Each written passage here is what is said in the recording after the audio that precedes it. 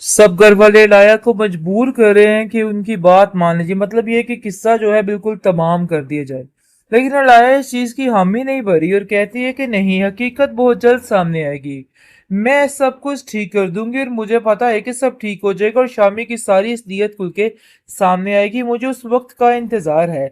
जिस पर शामी तो दुआ कर रहा है कि ये मामला खत्म ही हो जाए तो बेहतर है, क्योंकि अगर ना हुआ तो वो पकड़ा जाएगा। लेकिन बहुत जल्द अपने मुंह से इस चीज का इजहार कर देगा और कहेगा कि हाँ, मैंने ही गलत किया था और इन सब चीजों में मेरी ही गलती थी। क्योंकि आप देखेंगे कि ओन ने आयला से कहा है कि तुम्हें बोलना होगा अपने हक के लिए। जब तक तुम अपने हक के लिए आवाज नहीं उठाओगी, यहाँ पर सारे तुमसे यही सब कुछ करेंगे और किसी से कुछ अच्छे की उम्मीद ना रखना। ये बात तुम अपने जहन में बिठा लो, क्योंकि ये लोग किसी भी तरह तुम्हारे सगे नहीं हो सकते हैं। तुम आरफत आयमी को तो जानती हो कि आखिर वो तुम्हारे बारे में क्या सोचती है। आयला कहती है कि अब मैं पीछे हटने वाली नहीं हूं, बल्कि जो करूंगी डंके की चोट पे करूंगी। मतलब ये है कि सबके सामने करूंगी और किसी की बात नहीं सुनूंगी। उसकी माँ काफी परेशान हो चुकी है उसके लिए और कहती है कि बेटा, जो कुछ हम करेंगे तुम्हारे फायदे के लिए करेंगे। देखो ना, शामी किसी बात के लिए राजी हो ही नहीं रहा और वो कहता है कि मुझे तो इन सब चीजों का पता ही नहीं है कि आखिर क्या हुआ और क्या नहीं हुआ। मतलब ये है कि जानबूझकर ड्रामेबाजी करने की कोशिश कर रहा है। लेकिन आयला बेचारी इतनी परेशान है कि उसको कुछ समझ नहीं आ रही कि वो क्या करे। लेकिन वो साफ साफ अपनी माँ से कह देती है कि मैं किसी की एक नहीं सुनूंगी। मैं जो करूंगी अब अपनी मर्जी के मुताबिक ही करूंगी। मैंने खामोश रह के देख लिया और खामोश रह के कुछ भी हासिल नहीं हुआ है। लेकिन जोया उसको तसल्ली देती है कि देखो, तुम्हें मामा की बात माननी ही होगी। वो हमारे फायदे के लिए ही कर रही हैं जो कर रही हैं। तुम्हारा फ्यूचर जो है वो तबाह होके रह जाएगा। जिस पर वो कहती है कि मैंने कुछ गलत नहीं किया है, तो आखिर मैं किस चीज का डरूं, मुझे किस चीज का खौफ हो। मुझे वाकई में किसी बात का कोई खौफ नहीं है। तो बेहतर यही है कि अब आप लोग भी इस बात को समझ जाएं और इस चीज को एक्सेप्ट कर ले कि मैं आप लोगों की मर्जी के मुताबिक नहीं चलूंगी। मैं अपना फैसला खुद करूंगी और जो करना है वो मुझे ही करना है। दूसरी तरफ दादी काफी परेशान है और कहती है कि भाई, हमारे तो किसी खानदान में किसी को ऐसे तलाक नहीं हुई, लेकिन आरफा न जाने क्यों इस बात पर अटल हो चुकी है और तलाक के ताने दे देकर इसने तो मुझे पागल कर दिया है। ऐसा लग रहा है कि जैसे ये इसी मौके की तलाश में थी और वही इसको मिल गया है। मुझे तो समझ नहीं आ रही कितनी घटियापन की, मुझे इससे उम्मीद ही नहीं थी। इस पर आयला कहती है कि इन सब चीजों में किसी का कोई कसूर नहीं है, बल्कि सिर्फ और सिर्फ इस शामी का कसूर है, क्योंकि इसी ने ही सब कुछ किया है और सबके सामने झूठ बोल रहा है। क्योंकि अब समझ आ चुकी है आयला को कि इस तरह का इंसान कितना खतरनाक होता है, जो बीच रास्ते में उसके छोड़ के खुद क्या कहते हैं साइड पे हो गया है और उसको दुनिया के सामने जलील करने के लिए छोड़ दिया है।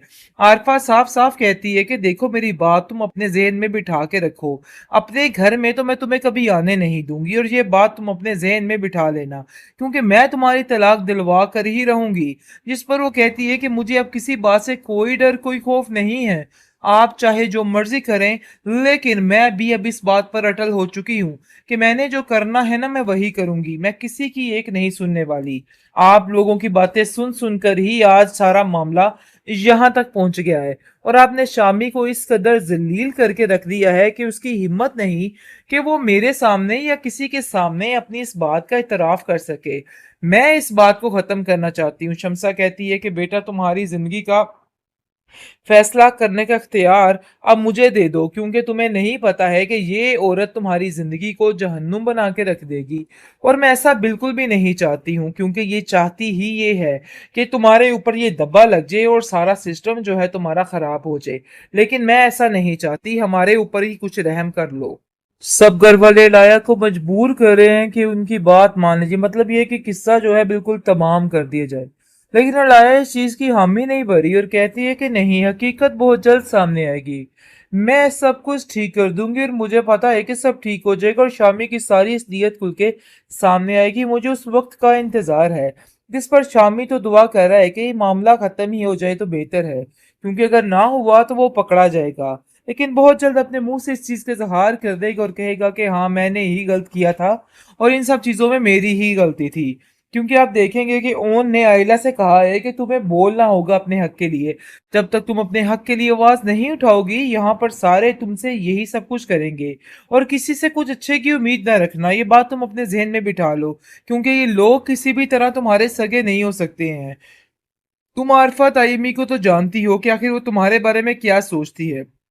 आइला कहती है कि अब मैं पीछे हटने वाली नहीं हूँ, बल्कि जो करूंगी डंके की चोट पे करूंगी। मतलब ये है कि सबके सामने करूंगी और किसी की बात नहीं सुनूंगी। उसकी माँ काफी परेशान हो चुकी है उसके लिए और कहती है कि बेटा, जो कुछ हम करेंगे तुम्हारे फायदे के लिए करेंगे। देखो ना, शामी किसी बात के लिए राजी हो ही नहीं रहा और वो कहता है कि मुझे तो इन सब चीजों का पता ही नहीं है कि आखिर क्या हुआ और क्या नहीं हुआ। मतलब ये है कि जानबूझकर ड्रामेबाजी करने की कोशिश कर रहा है। लेकिन आयला बेचारी इतनी परेशान है कि उसको कुछ समझ नहीं आ रही कि वो क्या करे। लेकिन वो साफ साफ अपनी माँ से कह देती है कि मैं किसी की एक नहीं सुनूंगी।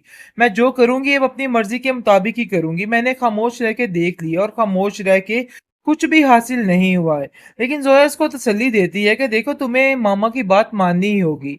वो हमारे फायदे के लिए ही कर रही है जो कर रही है। तुम्हारा फ्यूचर जो है वो तबाह होके रह जाएगा। जिस पर वो कहती है कि मैंने कुछ गलत नहीं किया है, तो आखिर मैं किस चीज का डरूं, मुझे किस चीज का खौफ हो।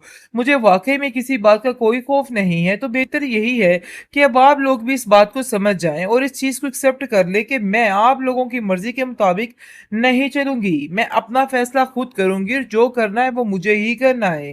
दूसरी तरफ दादी काफी परेशान है और कहती है कि भाई, हमारे तो किसी खानदान में किसी को ऐसे तलाक नहीं हुई, लेकिन आरफा न जाने क्यों इस बात पर अटल हो चुकी है और तलाक के ताने दे देकर इसने तो मुझे पागल कर दिया है। ऐसा लग रहा है कि जैसे ये इसी मौके की तलाश में थी और वही इसको मिल गया है। मुझे तो समझ नहीं आ रही कितनी घटियापन की, मुझे इससे उम्मीद ही नहीं थी। जिस पर आयला कहती है कि इन सब चीजों में किसी का कोई कसूर नहीं है, बल्कि सिर्फ और सिर्फ इस शामी का कसूर है, क्योंकि इसी ने ही सब कुछ किया है और सबके सामने झूठ बोल रहा है। क्योंकि अब समझ आ चुकी है आयला को कि इस तरह का इंसान कितना खतरनाक होता है, जो बीच रास्ते में उसके छोड़ के खुद क्या कहते हैं साइड पे हो गया है और उसको दुनिया के सामने जलील करने के लिए छोड़ दिया है।